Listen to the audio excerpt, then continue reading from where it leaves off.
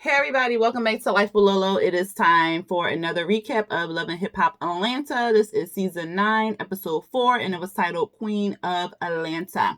Alright, y'all, I had to throw on a new wig for y'all other than the last one. If y'all saw me yesterday for Real Housewives of Atlanta, this is a new one, child, because I just ain't feel like wearing that little curly one.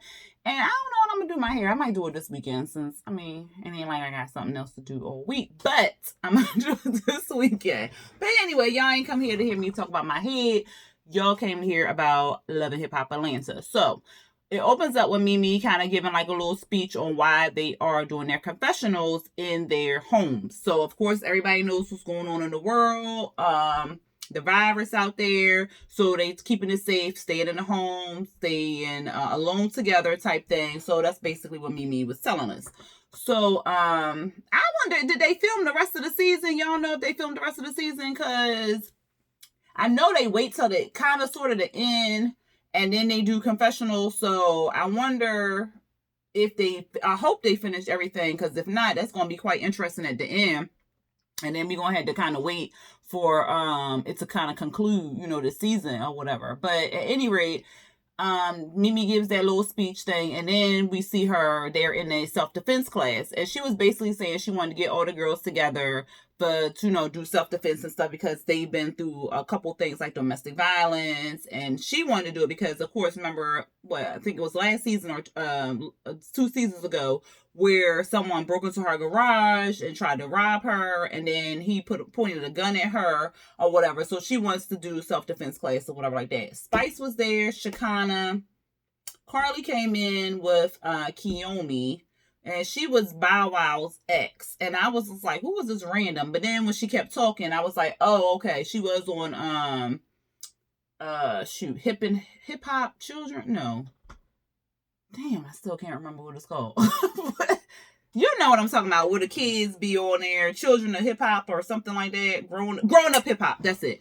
Growing Up Hip Hop. So I remembered her from there, because I don't really watch the show like that, but I'll catch a couple episodes and stuff. So I recognized her from that. And she was basically saying how her and Carly connected because of the whole domestic violence situation with her and Bow Wow.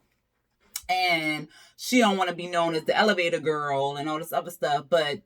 And then Spice or Shekinah was saying, do y'all still talk? And she was like, oh no, we got restraining orders against each other. We can't even talk to each other and stuff like that. She ended up having a miscarriage. So like that whole relationship is gone, like finished, finito. And she was saying she don't want, like I said, she said she didn't want to be known as the elevator girl. And Spice was like, well, that's what you're going to be known as or whatever. So I was like, Spice so damn shady. But she was kind of saying like she feels for Kiyomi. That's what she was saying in confessional. She feels for her because she's been through some domestic violence herself. But she just, she wants her to stand tall and be brave and all that other stuff. I was trying to figure why they had the background blurred out. Like anyway, I was just like, oh, okay. So everybody got to have a blurred background and stuff. That was for effect, but whatever. They was working with what they had, child. Then Kiyomi was saying like she moved on to a new relationship or whatever. Here goes Spice, because the girl Kiyomi ain't want to say his name. So here goes Spice. Girl, you need to tell us his name, because I need to make sure it ain't mine. I was like, I know that's right. She whispered to me in my ear, same thing. She wanted to do a cross check. But that was pretty much it for them at the whole gym. Then we see whack ass Shooter and cute ass Scrap. Scrap talking about, he did his 3-year bid or whatever, and his hustles made him stay focused on staying out of jail or whatever. So he has a restaurant that's called, I'll get to it at the bottom. It's called Shrimp and Things. Is it Shrimp and Things? Yep. Shrimp and Seafood and Things. So that's his restaurant. And then he's trying to open up a barbershop. So he was in like this cute little barbershop or whatever. And I guess him and Shooter are going in on it. So they were just kind of talking about that. He wanted to be like a gentleman's club type thing. Like if you ever watched Married to Medicine, they had like a barbershop like that where it was like these sexy girls, and they was walking around with champagne, and then one of them like doing like a pole dance type thing. So he kind of wants something like that, but classy. So what happened? Oh, so Cheyenne, his sister, I was like, oh, she got thick since the last time we saw her. She cute. So she come in, she a real estate realtor or whatever, and she's trying to help him find a spot. So she was like, well, he was asking her like how much the spot they was in will cost around. She was like, oh, 5,000. He was like, oh no, we ain't looking at that right now. Let's just wait on that. Let's go around like 2,500. So she was like, all right, so I'll look at some spots and, you know, get back to you and stuff like that so y'all can check it out. She leaves, and Scrap was saying in his confessional that her and Shooter have known each other for a while and they was cool or whatever. They get out. Shooter follows her out. Child, come to find out, they've been in like some little relationship for 2 years. He was like, he said back in the day it was more serious than what it is now. This is his version, okay? Because child, you talk to her, they in a whole relationship type thing. But he was saying it was real good back in the day. But like he used to bring her around the kids and stuff like that. But here lately, it's just been like some little like one, you know, like a little you F buddy type thing. So he was saying like, she was like, oh, I miss you or something. And she was like, it's been a while since I seen you. And she was ready for some D. And then he was like, well, I'm available right now. So then they start making out. And then she asked him about Sierra and saying like, well, what would your baby mama think? Like if she said that she wanted to get back with you and all this other stuff, would you let her? And he was like, no, ain't no way in hell that's going to happen or whatever. It's done with her and so forth. And she was like, oh, okay or whatever.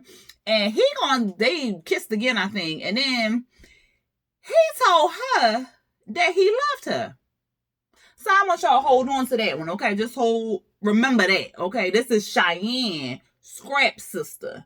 And Shooter told Scrap's sister that he loved her. So hold on to that, okay? Because we're going to come back to that one. Then we see Akbar.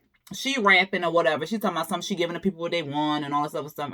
Whatever. Maybe some people down in Atlanta because I ain't, okay. So she said she want to stack up her money and stuff so she can get her kids back. And Spice, so she like at this listening party or whatever. Spice, Tokyo, Alexis is there. And Tokyo was like, look, I ain't really here to support her. I'm just here to find out why she keep coming at my sis, light-skinned Keisha like this or whatever. I was like, well, should she keep it real?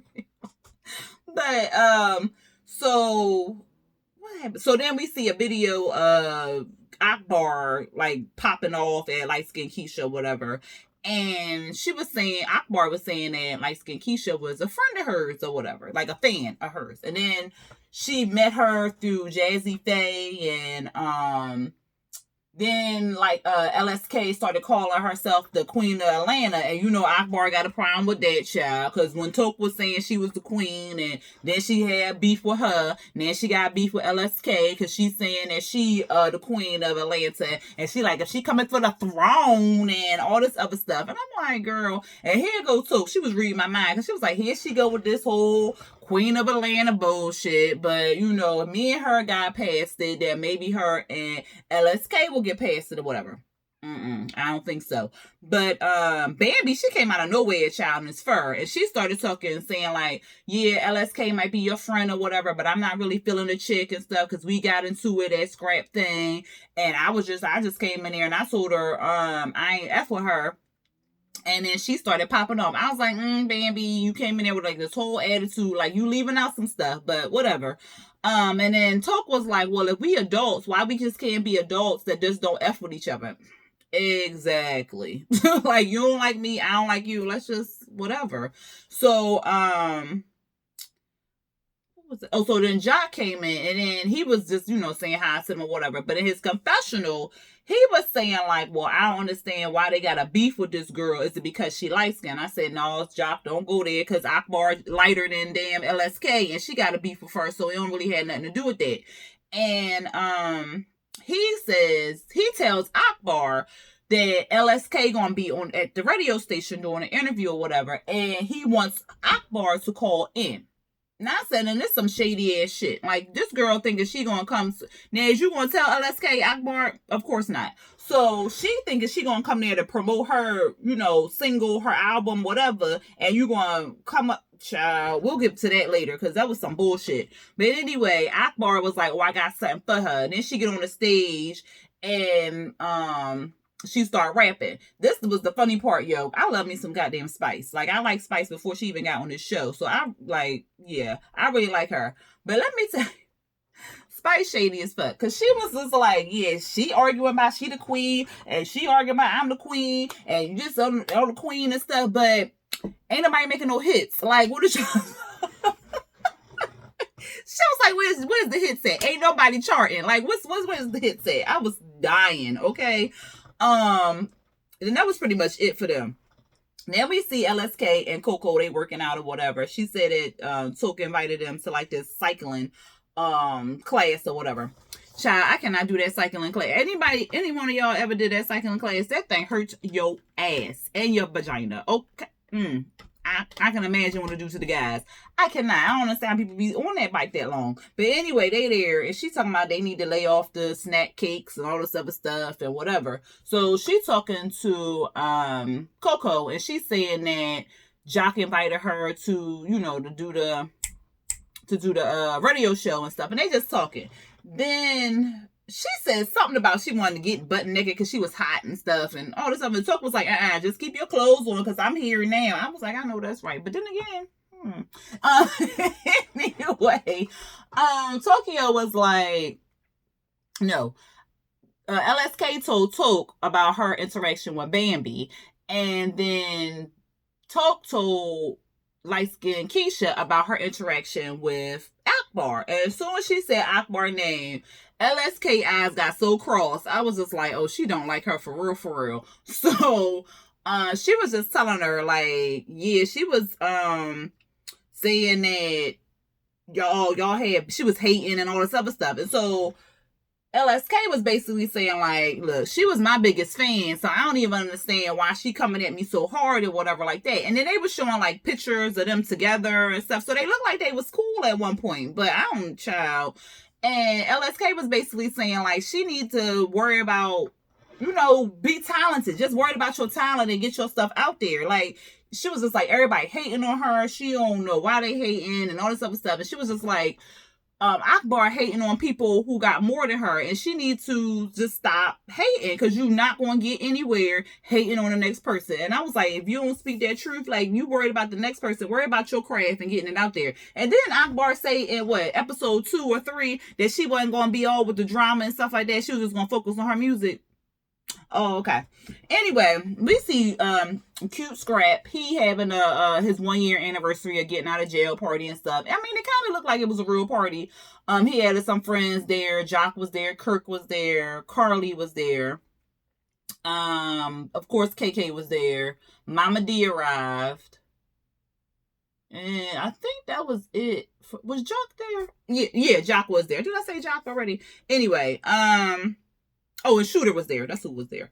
Then Shia, she got on the stage, gave like a little speech or something like that. And then Scrap was saying like he want to help, you know, ex-cons, you know, get rehabilitated to the real world basically, and not fall backwards and go back to jail and stuff. So he was talking about he was going to do like this giveaway, give back type thing at his restaurant. Kirk had his brother there who served like 23 years in prison, and he's out.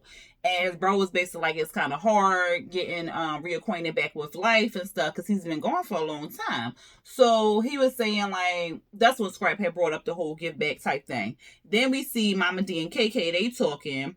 They talking about CC and KK. KK was looking cute in her confessional. She said, you will not film me in my house because it is not clean right now. You gonna film me on this balcony. What? She had that cute little outfit on and that wig. That was cute.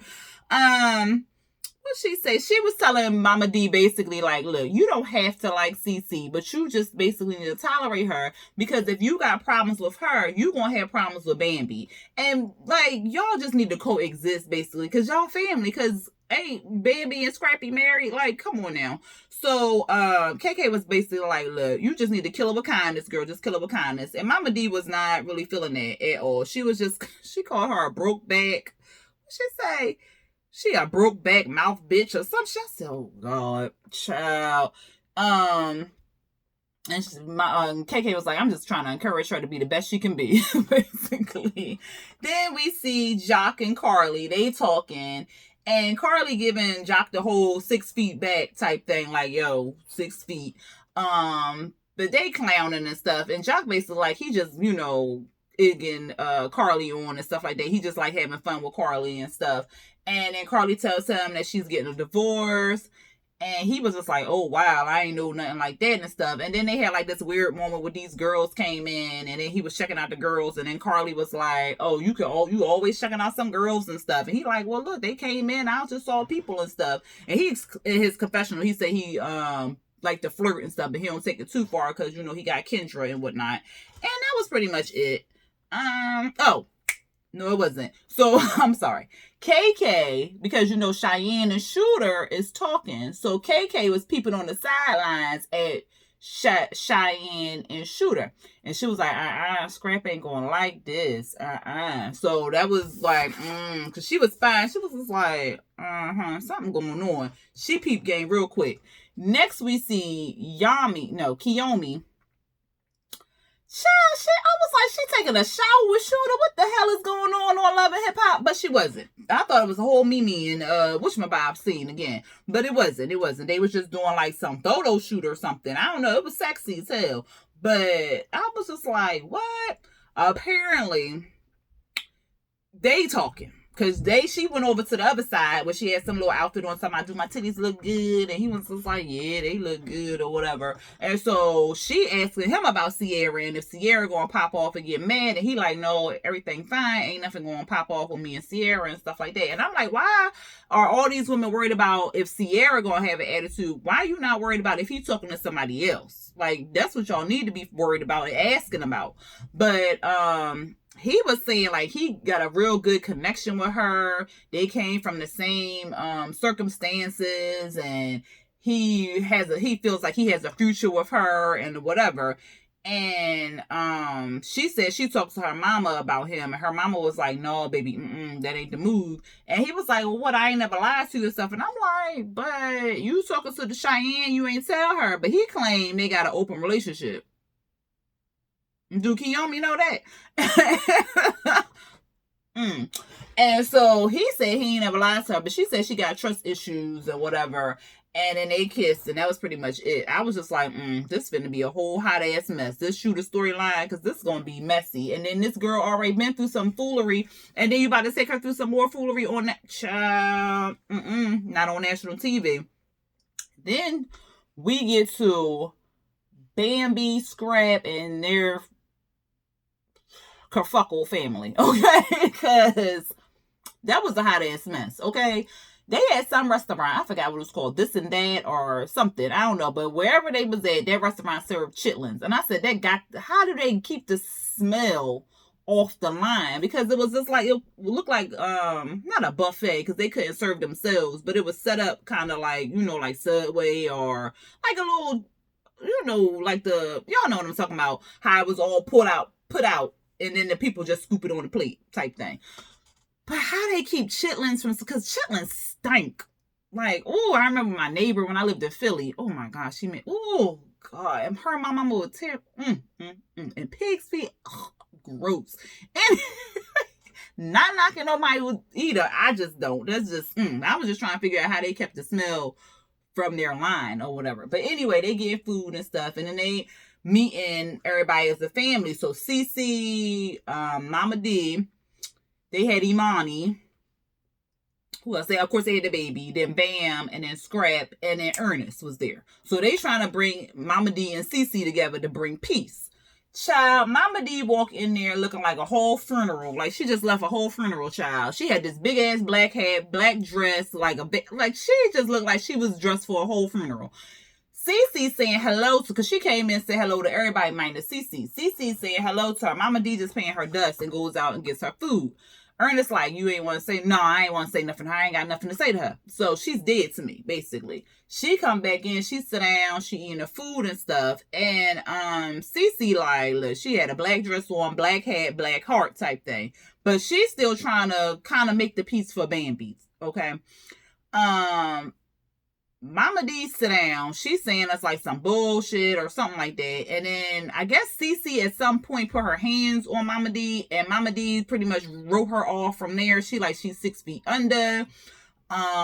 She don't care. She don't see her, basically. Cece was saying that she was cancer free, which was yay.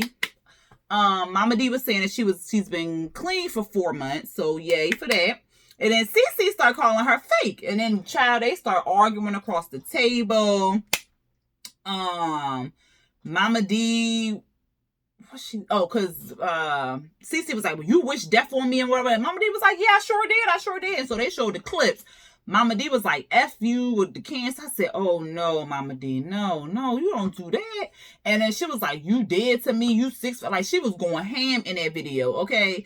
And, Mama D basically was like, she not there for peace. Because she not there for peace. She just, like I said, she don't see her. Scrap like, look, we can live in our own little bubble, me, Bam, and the baby and the kids or whatever like that. But we need to bring y'all all together and stuff for the sake of the children and whatnot. The baby was crying at some point. Bambi started yelling. Then Mama D was kind of like, what? No. Cece called her, no. Mama D called Cece a big red giraffe. Cece called her a wildebeest. Mama D was like, well, you still on that crack. Cece was like, well, is you clean off pills too, or is it just alcohol? I said, God damn, they is going hard in the paint.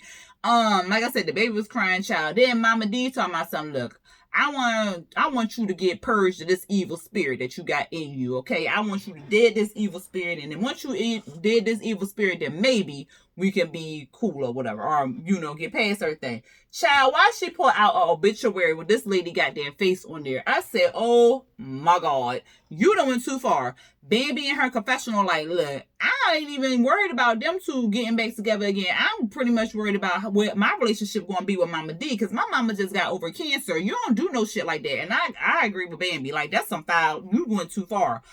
Scrap pissed. He like, this is too far. That's too far.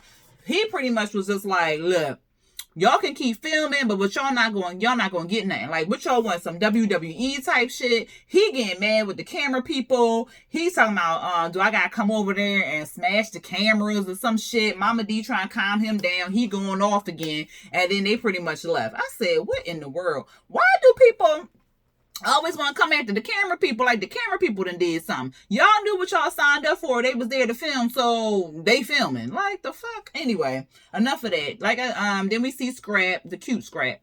He at the seafood place, seafood and things, and he giving out, food and stuff to everybody in the neighborhood. Jock is there. He doing it, like, I guess he was recording it or going live on his radio show from the scene. KK, she come up there. Shy, like, you want some food? She was like, girl, I ain't come here to get no food. I just came here to run my mouth and be nosy on the low. So she was like, yeah, I saw you and Shooter the other night. Like, what's going on with y'all? What you think Scrap gonna say? She was like, well, like, we've been talking for like 2 years or whatever like that, and I don't want to really say nothing until, everything is clear and whatnot like that. And I'm like, y'all been talking for 2 years, yeah, but he making it seem like you just some quick booty calls. He ain't making it seem like y'all in no relationship. So I'm like, whose story right? Not Scooby. KK asking, she like, y'all did it. She was like, what kind of question did you just ask me that? Whatever. She was like, you friends with Sierra and stuff. She was like, I mean, we cool. She was like, cause I'm friends with Sierra and I don't know about this. And she was like, you out here being a hoe. She was like, what? Do I look like a hoe? She was like, I think you being messy. I was just like, or whatever. And then Cheyenne, confession, I said, okay, titties, because she had them things hoisted. Okay, they was looking good, child. I was like, she cute. Anyway, she said, y'all will not catch me in this confessional looking a hot ass mess. I got my red dress on, okay? Anyway, not Cayenne, who the hell is Cayenne? Child, KK was basically like, she don't like keeping secrets and stuff. And Cheyenne was like, look, don't say nothing. I'm going to tell them when I tell them or whatever. And that was pretty much it for them. Then we get to this end, child. we see LSK. We at the radio station. LSK there. She's talking to Jock and his radio co-host or whatever. And she basically saying like she ain't had no money. She was living in her car. She was like, I ain't really had nothing. I barely had any edges type thing. She was just like, she dropping a project. She number 82 on the charts. I said, okay, she made it. Like, shit, I'm number 0 because I ain't got nothing on the charts. So she doing better than me. Anyway, she number 82 on the charts and stuff. And she was saying like she was born and raised in Atlanta. She was born and raised in Decatur and stuff like that. And she was saying that she's the queen of Atlanta. And Jack was like, oh, what you say? And she was like, I'm the queen of Atlanta or whatever. And he was like, oh, okay. So somebody else say that they the queen of Atlanta too. And we got her here or whatever. And she was just like, look, I'm not finna do this. They had her on like this jumbo goddamn screen in a radio station. Of course, Akbar want to be all extra and stuff. And Jock was like, he being messy. He said it in his confessional that he was being messy or whatever like that. Light skin Keisha basically like, I'm not interested in this. I'm about to go. So she gets her stuff and she leaves. She was like, I don't like no ambush. Like, what you not finna do is do this. Like, this girl up here hating, and like, for what? Like, just focus on your stuff. Like, I don't got no beef with you. Why we doing this or whatever? So she leaves. Akbar in there talking about, that bitch scared. Ain't no bitch gonna out-rap me or whatever. What she needs to do is get her own rhymes and not hire a ghostwriter or something like that. LSK, she's steady trying to get out. I guess they had the buzz door or something, so she had to push the button to get out. She could not get out that door to save her life, child. She was saying like she was bigger than the whole made up beef type thing. So she was like, she above this bullshit and stuff. So she leaves. Then Jock back in the radio station, in the booth or whatever, and he's talking to Akbar. He was saying like he didn't know it was gonna go like this. He didn't know LSK was gonna flip. He wanted her to basically put Akbar in her place or whatever, but he didn't know that, it was gonna turn out like this. He say talking to Akbar, then they get off the screen. Child, LSK came back in there talking about I need my ticket validated. Like, who gonna validate my parking ticket? Because I need to get my. She said she is not paying for parking. Okay, so she came back in there to get her ticket validated. Like I said, Jock finished with Akbar. He comes back out there. She going to F off. She like, F y'all. What y'all won't do is set me up on no ambush. Y'all got me up here looking all stupid and all this other stuff. She going off. She like, you disrespecting me. You insulting me. I wear rollies. I got this bag. And like, she just going off or whatever like that. And she was like, you don't pull no surprise like this and whatever. And then, I don't know if she was talking to producers or the people at the radio station, but she was like, y'all won't see me no more. Yeah, I think she was talking to producers, because she was like, it's a wrap. No more LSK on Love and Hip Hop or whatever. And then they kind of cut off. So I was kind of with her, like, the whole ambush. Like, you could at least told this girl that you was going to have her up there with Akbar to see if she wanted to, say something or whatever like that. But then again, it's Love and Hip Hop, so they do shady ass shit like that. So she shouldn't have been surprised that they was gonna pull a stunt like that, especially when he kept questioning her like, you the queen of Atlanta or whatever. But Jock know he was foul for that shit. And it was one thing that I forgot, where I said we was gonna hold on the shooter telling Cheyenne that he loved her. He told what's that girl name? Kiyomi, that he loved her too. So he want to be in a relationship with both of them. I said, what this nigga foul? Child, and we gonna have to see Shooter's ass some more on this goddamn episode, because now he got 2 women. He juggling 2 women's, and we gonna have to see that foolery. Child, I'm not ready for it. Anyway, that was the episode. Y'all tell me what y'all thought about the episode. If y'all like this review, go ahead and hit that thumbs up button. And hit the subscribe button if you are not already subscribed to my channel. And then hit the notification bell to be notified for when I drop new videos. All right, y'all. Y'all stay safe and take it easy. Until next time. Peace.